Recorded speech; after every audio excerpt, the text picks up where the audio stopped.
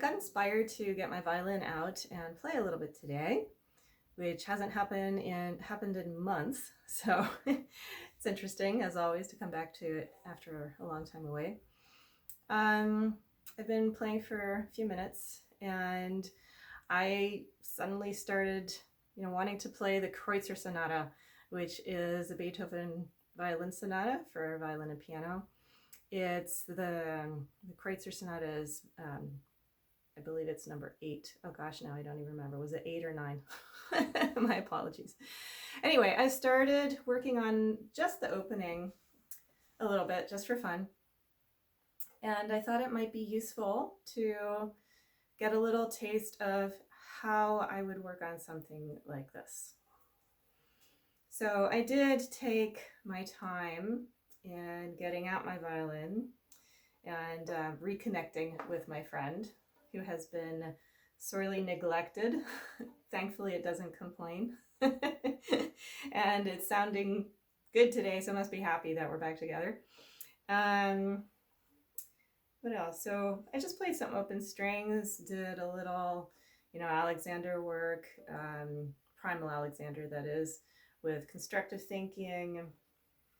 Just first, taking my time to bring up the instrument with ease and noticing the feel of the fingers pressing down the strings. Just doing lots of what we call constructive thinking in Primal Alexander. It's a specific way to think that helps to integrate the mind and the body with ease. So I did some of that first, and then I just played that opening of the Kreutzer, and I got curious about how I could make it better.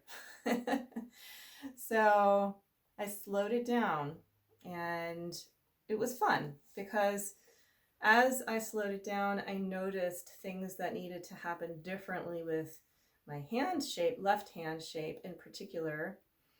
And it was fun to put the constructive thinking in there to allow my hand to be more mobile, flexible, to find its own way.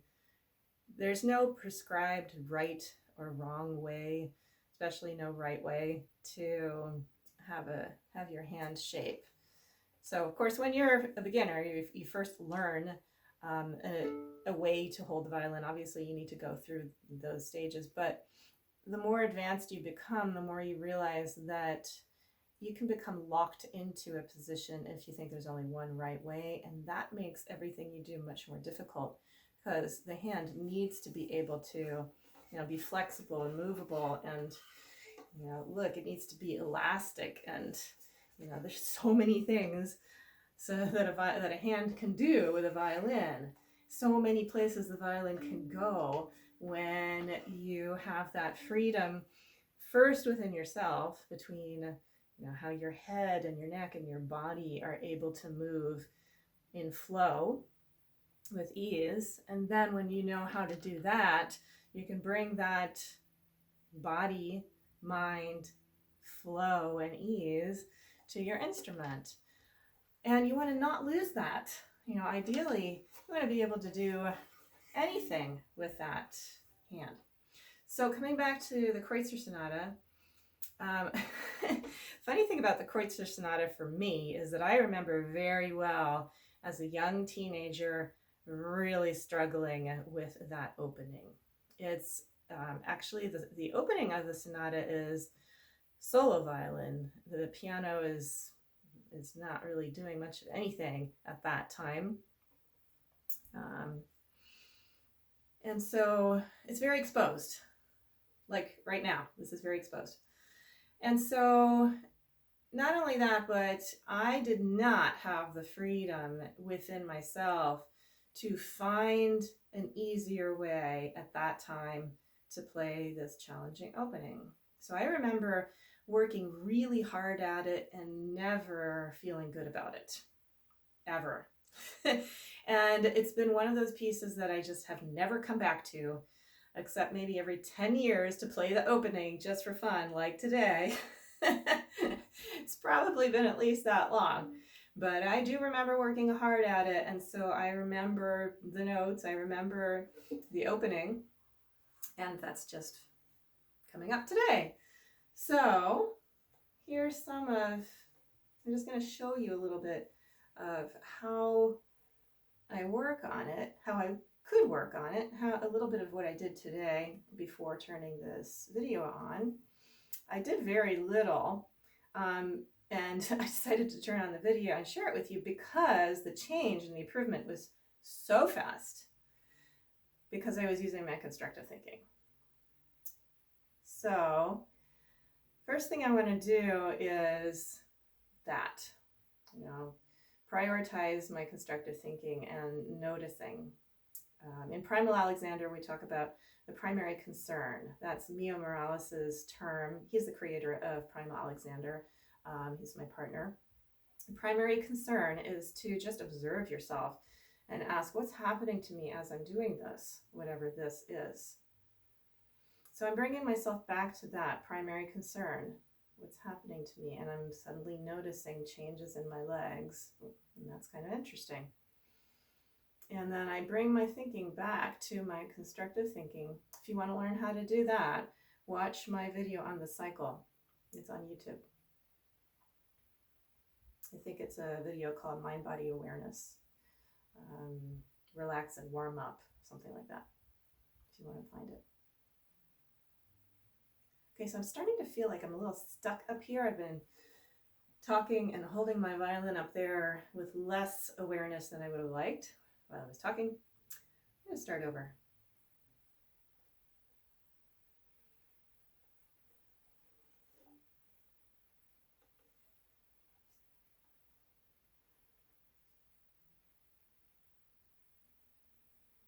Okay, now I'm suddenly remembering the opening of the Kreutzer, and I really do like the piece a lot. It was always frustrating that I couldn't play it to my liking. So I'm noticing the frustration and kind of remembering it and noticing that my body is constricting in reaction to that thought. So I want to let go of that. That's right. I'm going to let go of that and do some constructive thinking again. Wake up my curiosity, wondering what's going to happen. I have no idea what's going to happen. Okay, I liked that, but I interfered with that nice flow right before my bow touched the string. So I'm going to play with that a little bit. So that one was better.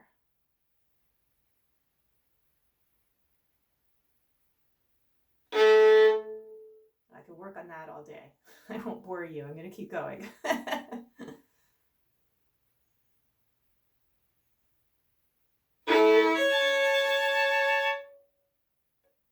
Okay, so what I noticed about that was that there overall was a nice flow. I liked the sound. And I felt really constricted in my vibrato, which is not new for me, but I'm curious to see what might happen if I approach those top two notes a little differently this time. Okay, so that's much better, but you know what it was? Why it was better is that I was aware of those notes coming up before I even started the first note.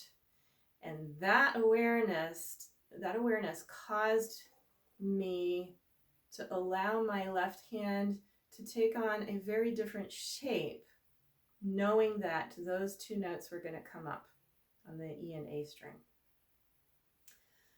Because my hand was in a completely different position, the vibrato was able to free up.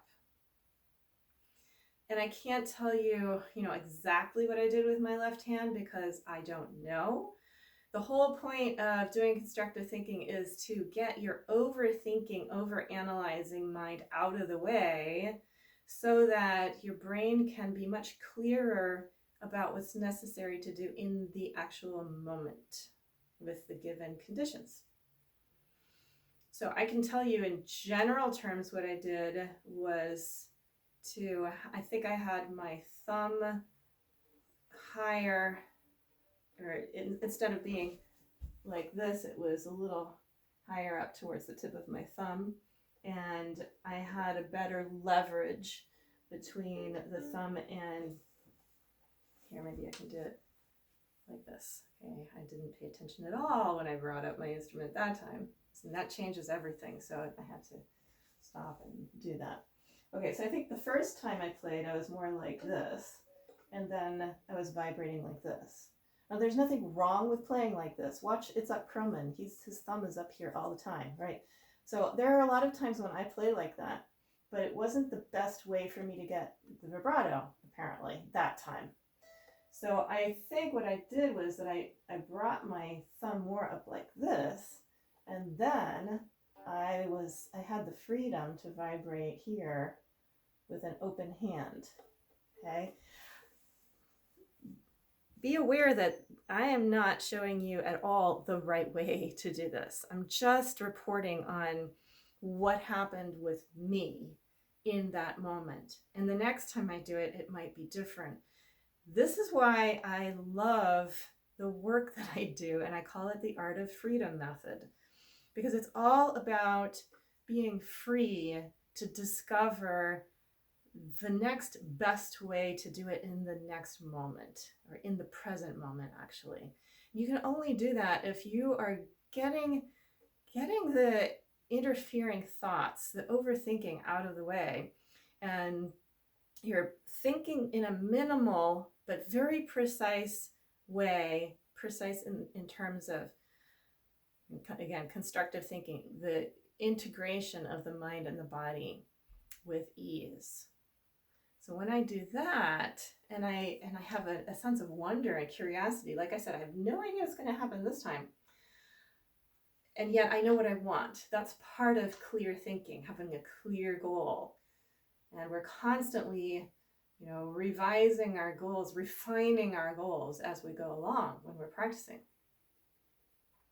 So I don't know what's going to happen this time, but let's find out. Okay, I did it again.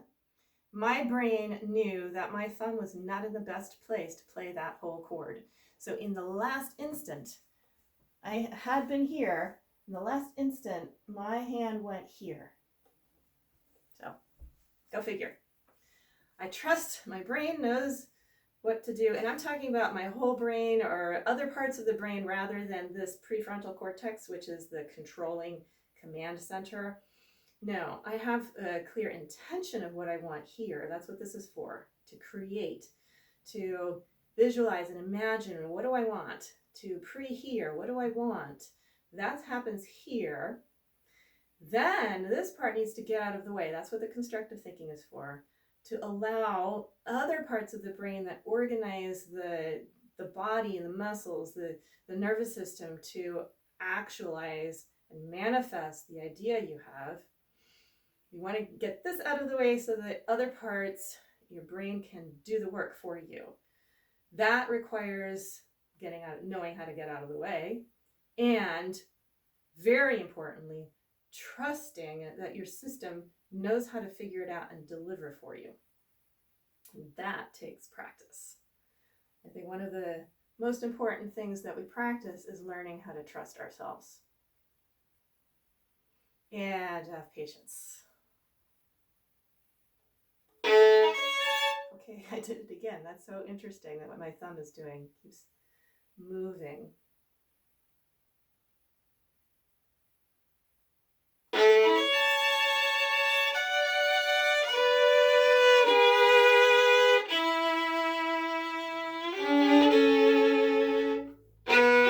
Whoops.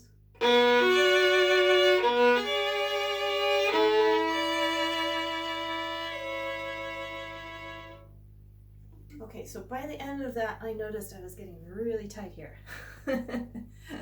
But I was curious, I just kept playing because I was curious, to see how it would play out. Another, besides the first chord, another I think one of the hardest parts of this opening is to go from the second double stop, second chord. So you play this, and then this. To go from there, by the way, that's a third played with the first and second finger, which is unusual. So to go from there to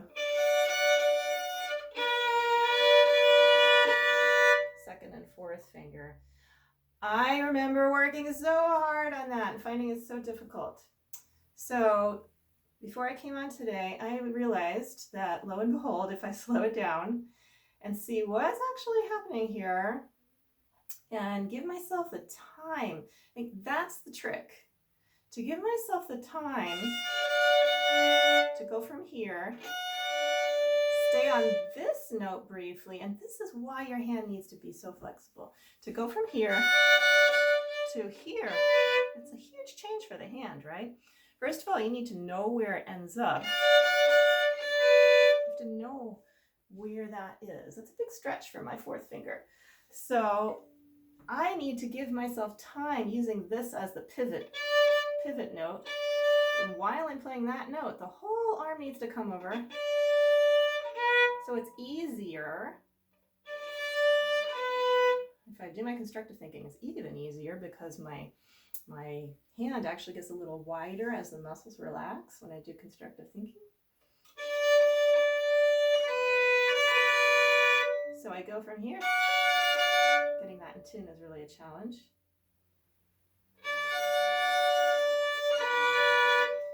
So part of the problem for me is what my pinky likes to do, which is a kind of a weird, see what just happened. It's not really stable, and that's my unique pinky, right? It just is the way it is. And so something happens. It makes it hard to get my pinky over there without touching this string while I'm playing. So I have to be very conscious to get over to the D string without touching the A string. Otherwise it stops the note. I don't know how to do that, but some part of my brain does. So my job is to, continually recognize, well, what's wrong? What's getting in the way here? And clear that out. Do my constructive thinking, have a clear intention of what I want, then get out of the way and trust that my brain will find a way for my unique hand and fingers to do what they need to do to give me the result I want. And that takes practice. It might take quite a few times. But in my experience, the more you know how to do constructive thinking, and the more you know how to do stained glass practicing, which is what I'm demonstrating for you today.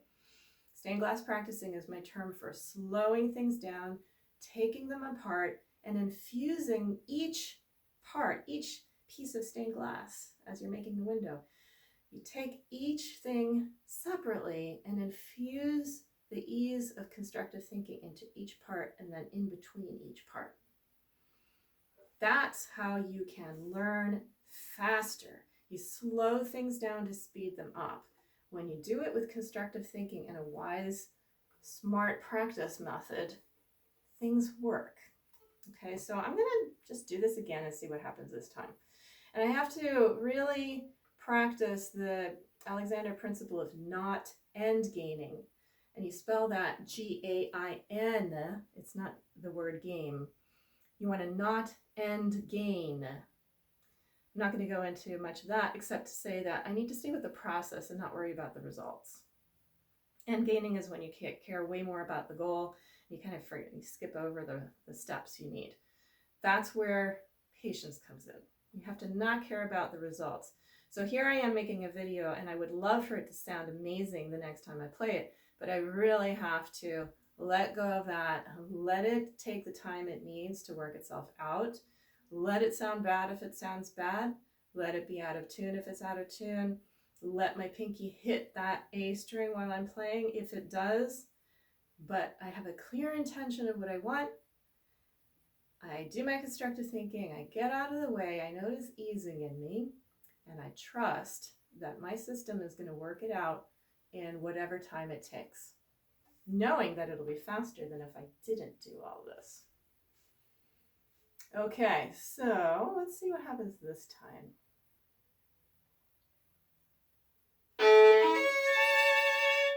Do that again. I didn't like it.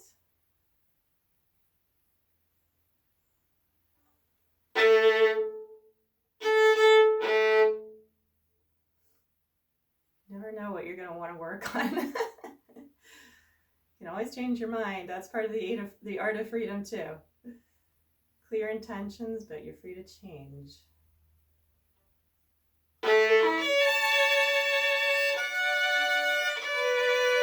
Yeah, my pinky hit the A string. I'm going to do it again.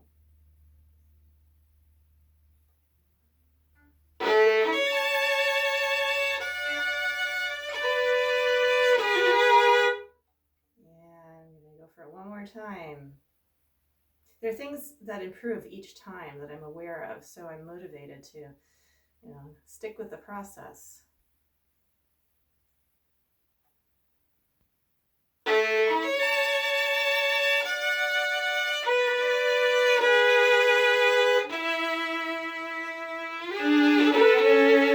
that would be the next thing. That's the next thing that's hard. I'm not going to work on it now because I'm getting tired. But that would be the next thing I would work on, because it's switching 2 and 3. They are on 3 on G, 2 on D, and I'm going to switch over to 2 on G and 3 on D. Which is not so hard, but it takes a little practice. Okay, so I just thought I would share this with you today. I got interested, I got curious, and I used the Art of Freedom method with Primal Alexander. This is, as far as I know, the best way to work on something in a really clear, effective, and efficient way. This is real learning, okay? What I just did now is not going to leave me. And that's how you also build up consistency and trust and reliability in your technique, because you infuse every moment of it with constructive thinking and that flow and ease in your body that you can rely on. It's repeatable because it's your thought process. It's not about how things feel, although you are accepting what you feel, right? You want feelings to flow through you, but you're not basing yourself on your feelings. You're basing yourself on principle and on a clear, systematic way of thinking and applying smart thinking to your practicing. So I hope this was interesting and useful for you. And I'm going to go have breakfast now. It's almost 12 o'clock. It's way late for me, but it's a Sunday morning. I've had a lazy Sunday morning. Things are going slowly, and I really was not expecting to do this at all. But like I said, I got curious, got my instrument out, and I found out what would happen. It was fun. I hope it was fun for you too. Okay, so enjoy practicing. If you want to learn more about the specifics and you want to learn how to do this for yourself, you do not need to be a professional. I work with professionals. I work with people at very high level, and I also work with beginner amateurs.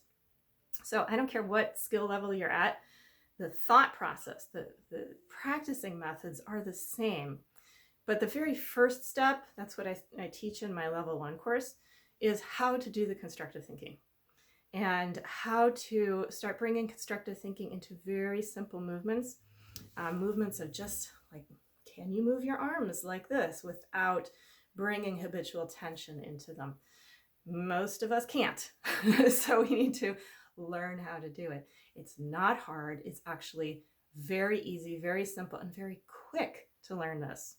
My students learn how to do constructive thinking and get easier in their whole systems literally on day 1. So the first step, if you're curious about this, is to watch that YouTube video that I mentioned earlier and learn the cycle and let me know how it goes. If you like what you saw today, if you like the cycle, By the way, you don't have to do the cycle. You can reach out to me before you even do that. If you're like, I want this, you do not need to go through that process because the cycle is part of level 1 course anyway. But just reach out to me. Ask me, how you can learn this for yourself. The kind of stuff, the nitty-gritty that I was doing today is in my level 2 course and the level 3 course too. You have to go through the level 1 course to learn how to use your system in this clear way with constructive thinking and ease of movements.